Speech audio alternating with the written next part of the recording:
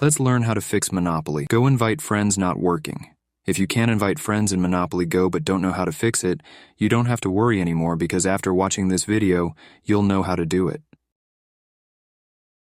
The first method is to try closing the Monopoly Go game and then reopening it. If that doesn't work, then you need to open the App Store. Once the App Store is open, you need to click on the search option and type in Monopoly Go.